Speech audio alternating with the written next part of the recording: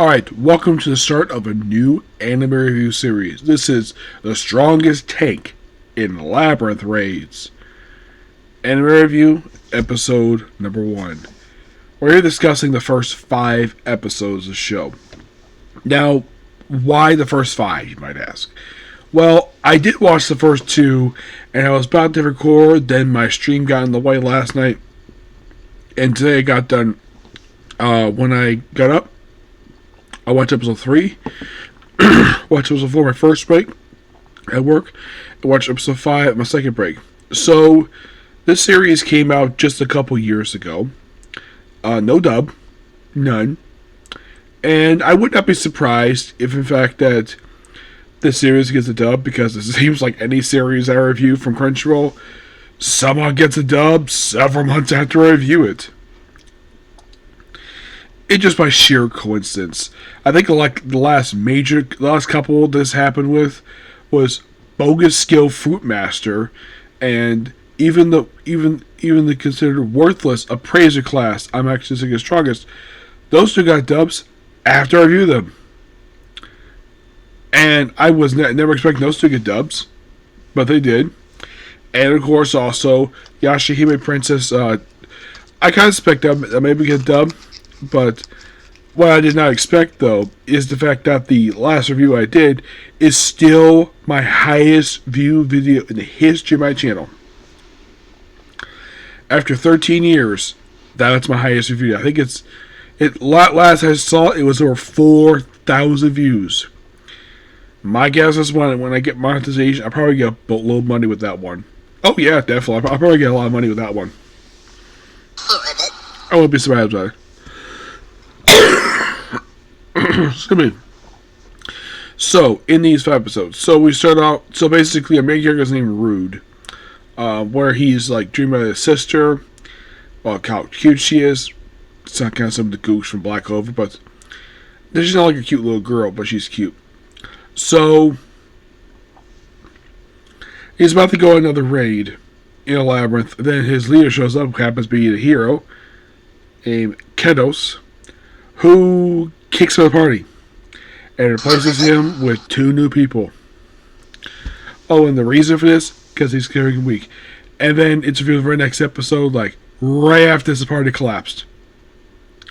You're like, that's standard for these type of anime. It is. It's one of our standards. Like, as this main character leads a particular party where it's led by a massive dick, it's like, yeah, he ran for the service.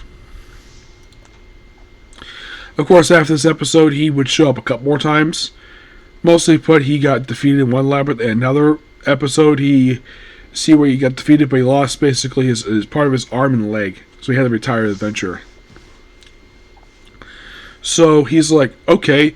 And by the way, he's not in it for the money, per se, the adventure.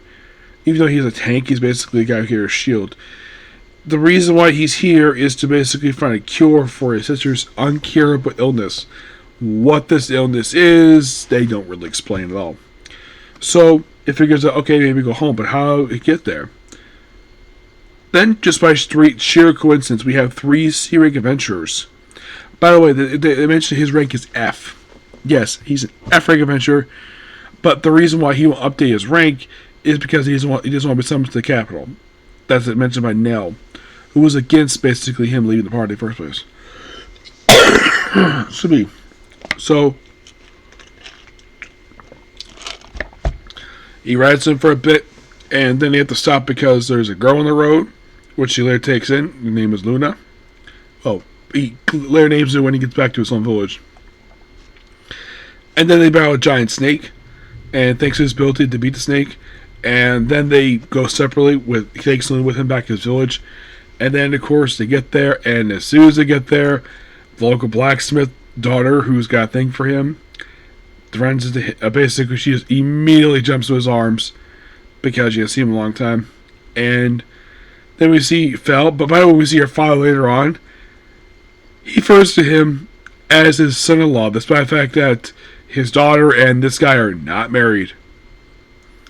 The only reason why he does because he knows his daughter's got a thing for him. So then eventually, by the way, we find out Luna is actually a homunculus. someone who was created to be sort of a servant or slave. And it was a homunculus is because of the jewel in her chest. Now, not the first series come across. We have a character who's the homunculus. Excuse me.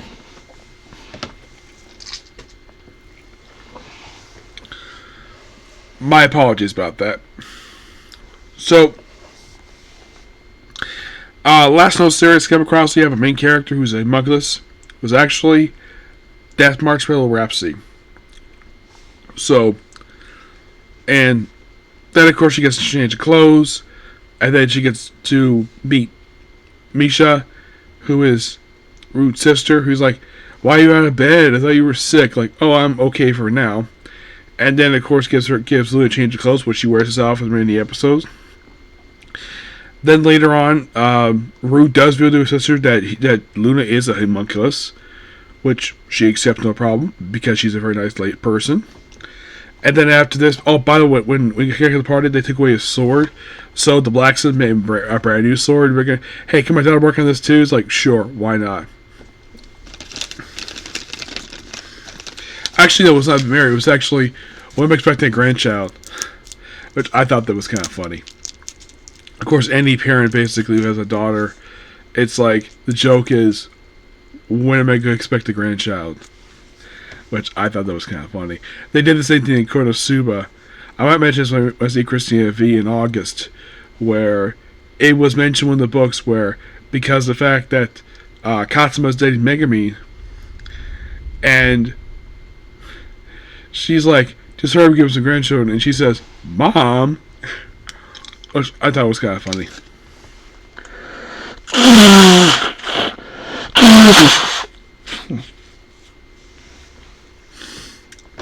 So, then of course that's they look on the village. Of course he does mention, yeah, he knew he was using Homunculus all along. But she did not know he was different in the country. So, oh yeah, by the way, also there's also this deputy leader, deputy squad leader Fel.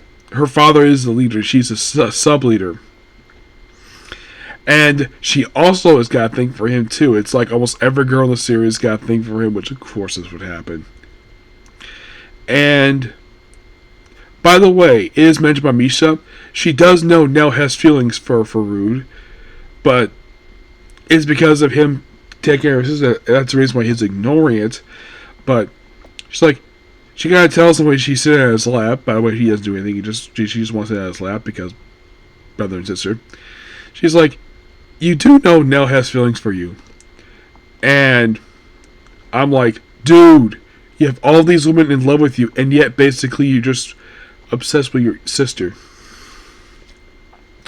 Also, apparently, the whole village loves sister because they deeply care about her.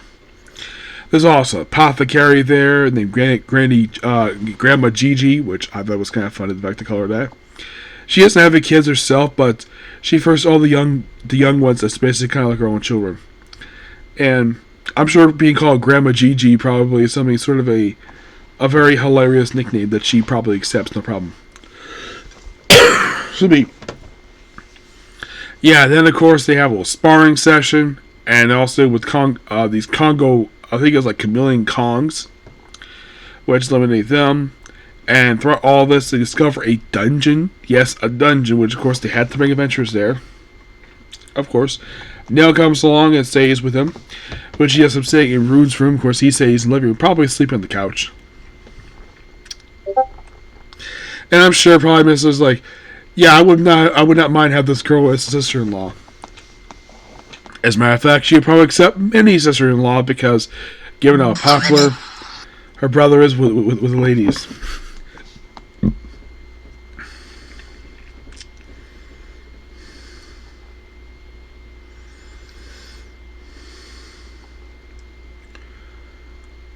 So basically, by the way, the other members party is like Luna. I think it's Lena and Luna, these twin sisters, which they do a fusion later episode, which they have to do it by making out with each other. Yes, they can explain why these two are so close with her.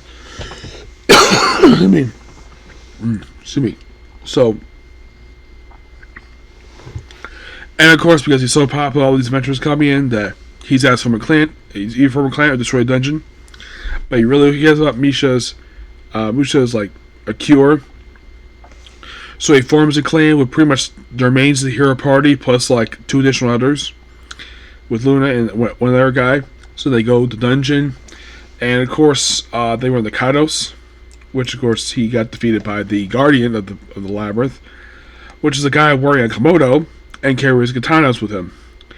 Which have to go through several floors via teleportation rings, which is a standard all labyrinths that a lot of them do have, except for Israel and Turgos Dungeon. This is the only one I can think of that does not have this. One of those few that don't, but a lot of them do.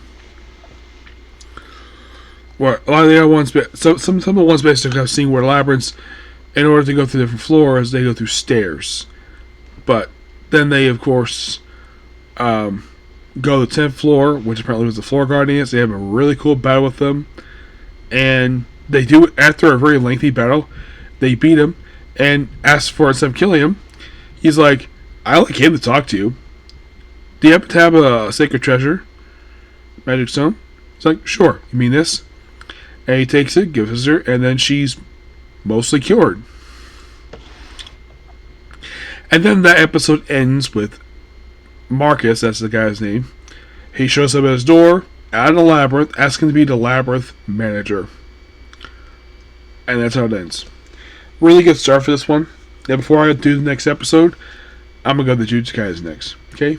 So yeah, that's pretty much it for the video. Please be sure to like, comment, subscribe to notifications. Thanks for you. Bye.